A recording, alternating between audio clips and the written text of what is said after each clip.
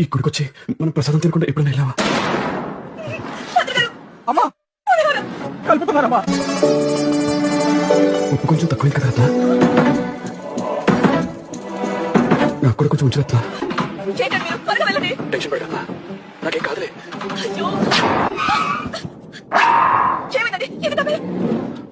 నువ్వు seat belt వేసుకోవడం మర్చిపోయా. ఎండగా ఉందని చూసాక రత్న, మళ్ళీ నీకు వంట తగిలితే నేను తట్టుకోలేను. నాగరత్న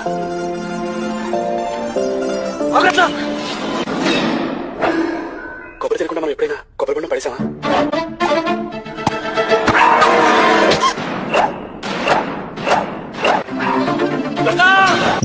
సార్ ఆవిడేం కాదండి, మీరు ముందు ఫస్ట్ ఎయిడ్ తీసుకోండి. చిన్న చిక్కు హార్ట్లో హోల్ పడింది.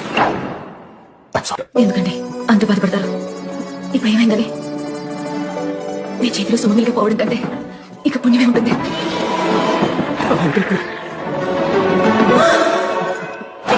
तेरी